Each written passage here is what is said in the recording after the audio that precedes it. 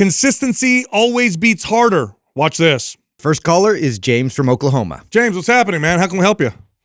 Well, yeah, this is it's kind of crazy. I'm pretty nervous, not gonna lie. So I just I wanted to get on here, and I just wanted to ask a couple questions here. I've just a little bit of background, and I'm just going to try to read directly from what I've got here, so I don't get off topic too much. Okay. So a little bit of background. I've kind of been into health and fitness my whole life. I kind of started out as a power lifter and a runner. I've kind of transitioned over the years to just trying to be healthy and strong and functional and be more mobile. And I've kind of been helping some people do that.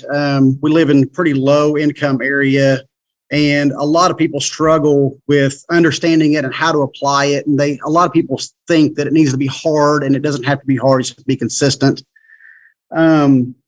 But I've used a lot of your information and your programming to be able to help people. I mean, I've modified several different programs from MAPS Anabolic to Split. My youngest son is currently on MAPS Powerlift right now. And by the way, he has 1 week left in that. And as of this morning, his bench press is up like 15 or 20 pounds. Wow. It's pretty significant, and he's a pretty strong kid to start with. So anyway, the biggest question that I had is finally convinced my wife to strength train by getting her to listen to you guys a little bit. And then she started seeing some other women that were showing some progress in the strength training spectrum. And we started MAPS Anabolic in July of 2022. She does have some mobility issues. She has a hip that may at some point have to have some surgery done on it. They've not decided for sure on that yet. And so I've modified a lot of stuff. I've taken her squats from a back squat to like a Bulgarian split squat with a little more limited mobility.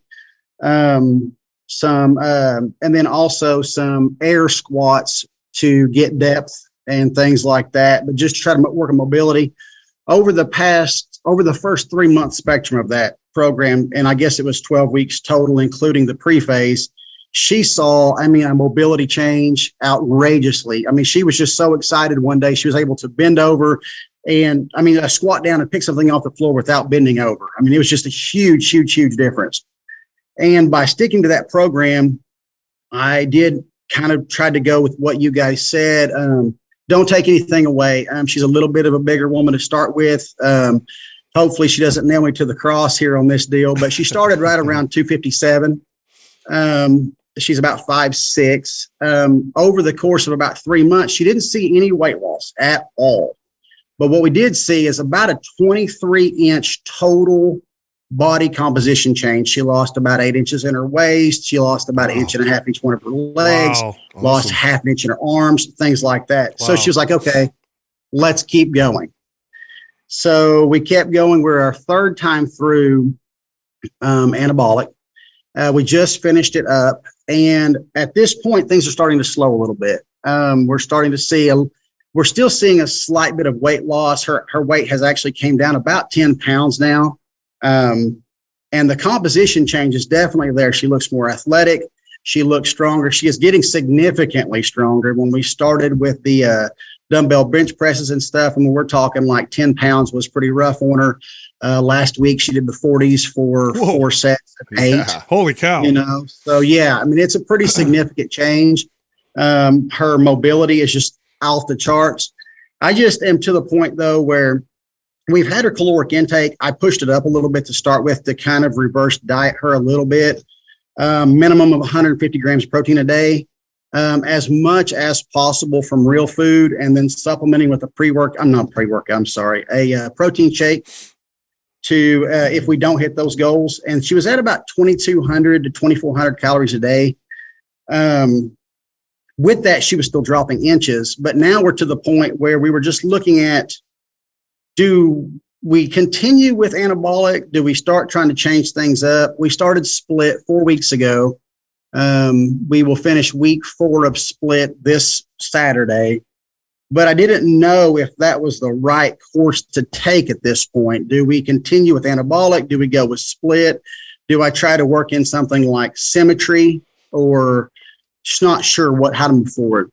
James, really, first off, fantastic job. Yeah, man. you're going in the right direction. I mean, if she lost that many inches and she has strength gains, like you said, of like 4 times stronger on a dumbbell chest press. You're in the Goldilocks part. Yeah, she has built a significant amount of muscle and burned a significant amount of body fat. And for people watching right now thinking, how's that possible? Is that her weight doesn't go down, but she loses size. Body fat takes up roughly a quarter more space per pound than muscle. So when you lose 10 pounds of body fat, gain 10 pounds of muscle, you're going to lose about a quarter of your size, roughly, maybe a little less on your body. So that's what's happening. And what's happened now is you've set yourself up very well for a calorie cut because now her metabolism is probably in a healthier place.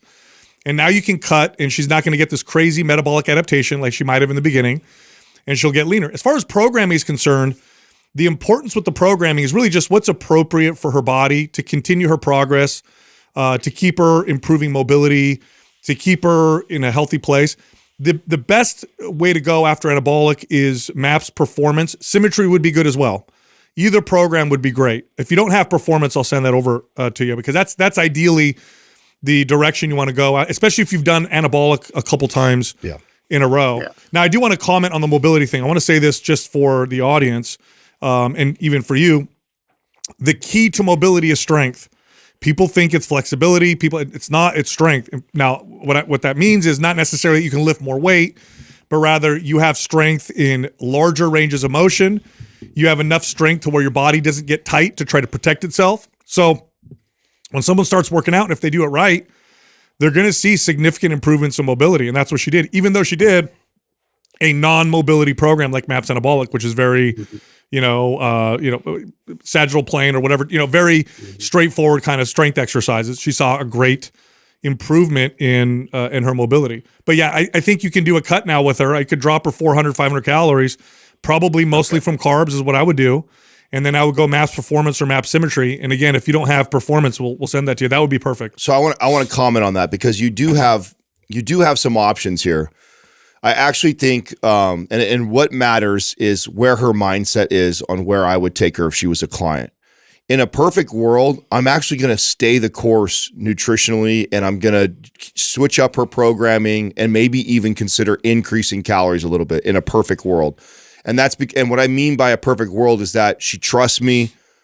She's happy with what she's seeing. She knows the long game. She knows what we're trying to do. And we're just going to stay in this kind of Goldilocks phase where we're at, where we're just, dropping body fat, slowly, and we're increasing muscle slowly. It's a beautiful exchange. We're slowly speeding up the metabolism. We're getting better in mobility and stronger. Like she's in a really good spot. Now, where it's difficult for some clients is that they want to see that scale go down. They've been putting all this hard work in for so long.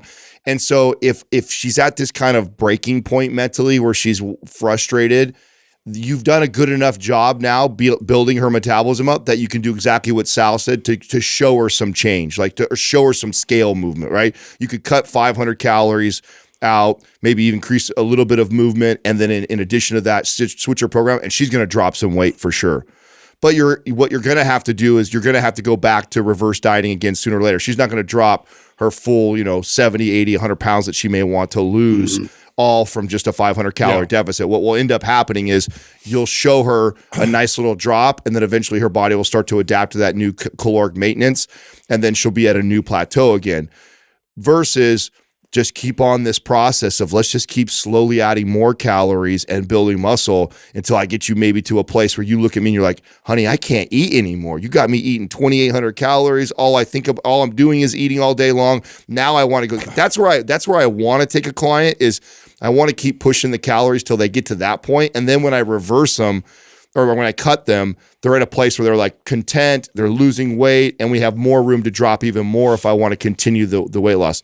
So you really kind of have those two different options, and how I decide that is kind of the mindset of where she is at. If she's motivated, focused, inspired, trust the process that you're in right now, I actually like the idea of continuing to add calories and continue to build the muscle because you got good momentum in that direction. But if I feel like my client's getting so discouraged that she's not sure I know what I'm doing or whatever, and I'm like, okay, let me show you. I've had these conversations when they're at this point, and I go, I can drop you weight right now. You've already got it at a good place. I can show you that really quick, but that's not the end of the journey, right? And we can't just keep going that direction of cut, because then you're going to be down to 1,200 calories and miserable 6 months from now and still not at your final goal. So you do kind of have a couple options right here on how you go after this, and neither one is right or wrong. Yeah, and as you switch the stimulus up, you'll probably still be able to keep, on that path of like being able to exchange and body fat and build muscle just because of the novel stimulus of it. That's right. I like that you're moving already in that direction. Obviously, like I think performance is probably a really good match for that, just to consider joint health and what Sal said in terms of like, it's strengthening and supporting around the joints. So that way now, when she progresses even more to other programs, maybe she wants to get in powerlift, maybe she wants to get in, to our other programs, like she's going to have that sort of base support, really supporting her joints. Yeah, James, where's she at mentally? Adam said a really good point. Where do you think she's at? Is she okay with what she's doing, or is she really like, I want to see some movement on the scale? Well, she's definitely in that I need to see some movement on the scale phase. It's kind of one of those things to where physically at one point she said, here, take the scale, get rid of it. I don't want to see it. Got it. So, or I would have her weigh backwards or have her weigh to where she couldn't see it so that I can be in control of kind of how we're moving and what we're scaling, and to stop focusing, because that's what I tried to tell her over and over again is that, listen, you've just said, because I'll ask her the same sets of questions that you guys ask.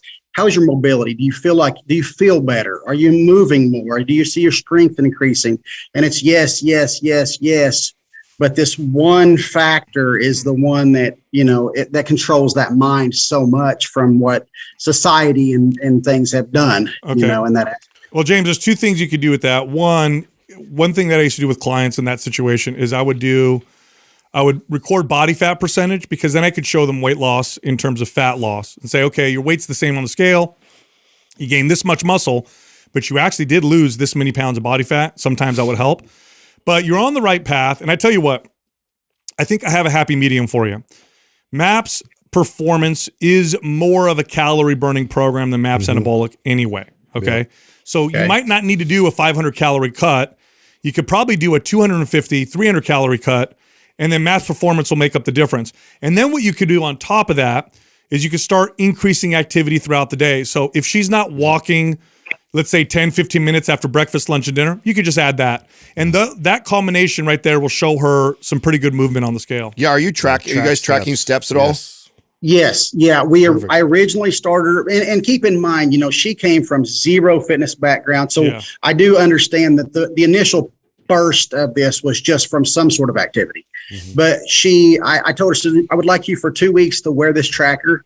I don't care what your steps are. I just need to know what your average is. And she was averaging around 6,000 a day. So we slowly over time increased that. Right now she's averaging around 12,500 to 13. Okay. Yeah. That's she's a fourth grade teacher. So she's kind of taken the desk out of the scenario a little bit, tried to make sure she's moving with them as they're moving and increasing, which I would have called this a couple of weeks ago to your last interview. I believe it was with Lane Norton. I would have called it neat before. I guess that's not necessarily neat anymore, but trying to get her step volume up. Yeah. Okay. So here's your three options. Option one is what Adam said, stay the course. And what you'll do is present it to your wife and say, here's the pros and cons. The pros are, we're going to keep moving in the direction of a faster metabolism. Eventually we'll get to a point where you're going to be eating so much food that you're going to be like, okay, I need to get rid of, I can't eat this much. And then the cut's going to be really easy. Option two, we do a more aggressive cut, 500 calories. We'll see more movement on the scale, but at some point we're going to plateau, probably within 60 days, 30, 60 days. And then we're going to have to reverse again and pause that. Option three is we do something in the middle where I cut your calories about 250 and I have you do MAPS Performance, which will burn a little extra calories. And then we try and increase your activity. So those are the three options I would present to her. And then you got to go pros and cons and have her pick where she's going to go. But it's good to do it that way so she knows what to expect. Mm-hmm. Yeah, what I've been doing, I've actually been doing anabolic with her, and what I've been doing, and it seems to be working pretty well for me, is I will bulk I'm trying to clean bulk with real food, no mass gain or anything like that, but eat higher calories for 4 weeks and then lower calories for about 2. I'm not going extremely low, but I'm dropping from about 3,100 calories a day to about 2,800 calories a day. So would that be something that would kind of those small mini cuts, or should it be longer than that? Yeah, no, I mean, mini cuts are great as well. You're asking for you or for your wife? For her. Yeah, I mean, a 250 calorie cut would be more of a mini. But again, if you combine that with performance, she's going to burn probably an additional 150 to 200 calories a day with performance in comparison to anabolic, because it's more of a, it's definitely more, maybe not phase one, but once you get to phase 2, 3, and 4, it definitely burns more calories. One last thing I want to ask, James, while we have you, because we didn't get into this at all, and because I think you're doing a great job. I don't think we think anything's wrong here, but maybe there would be even better progress if hormonally she's all balanced well. Have you had her blood work done? Do you know where she's at hormonally and everything? She had her hormones checked. I believe it was last summer. Before we went into this, I wanted to do a battery of just making sure that everything's good. She's healthy. Yeah. I don't know what those baselines should be, because this is the first time we've ran them. But I know that she just recently went back for her yearly checkup. Her blood lipids are better. I mean, literally all of her blood markers are better. We haven't checked the hormones since then, but they did say that she was in normal ranges. Okay. I will say that we did that at a GP versus a hormone doctor, and I have seen first case, I had a 345 testosterone. GP is like, oh yeah, that's perfectly fine. Men's health doctor's like, no, it's not. Yeah. They give you a big range, but if she has some pretty, loud signs of hormone imbalances, hot, cold intolerance, poor sleep, libido, mood, stuff all over the place, then you could definitely look there. I mean, at one point, I think it's a valuable investment. You look like you're about our age or whatever like that. I mean, getting blood work done on a semi-regular basis, I think is extreme. I think it's valuable for any age, but as we get older and stuff like that, I think paying attention to that stuff is even more important. So, maybe worth the investment at one point, taking her to a hormone specialist, and having them kind of look at it and see if there's little tweaks that they can do. I actually just yesterday got on to Dr. Stephen Cabral's website to look at some of the things that we could do there. If some of the hormone testing, how that's going to work, and try to get some of that moving forward, because I do believe that's something that we need to address. So good. Excellent. Good. I will say too, just one last thing, not to tie up anything any longer.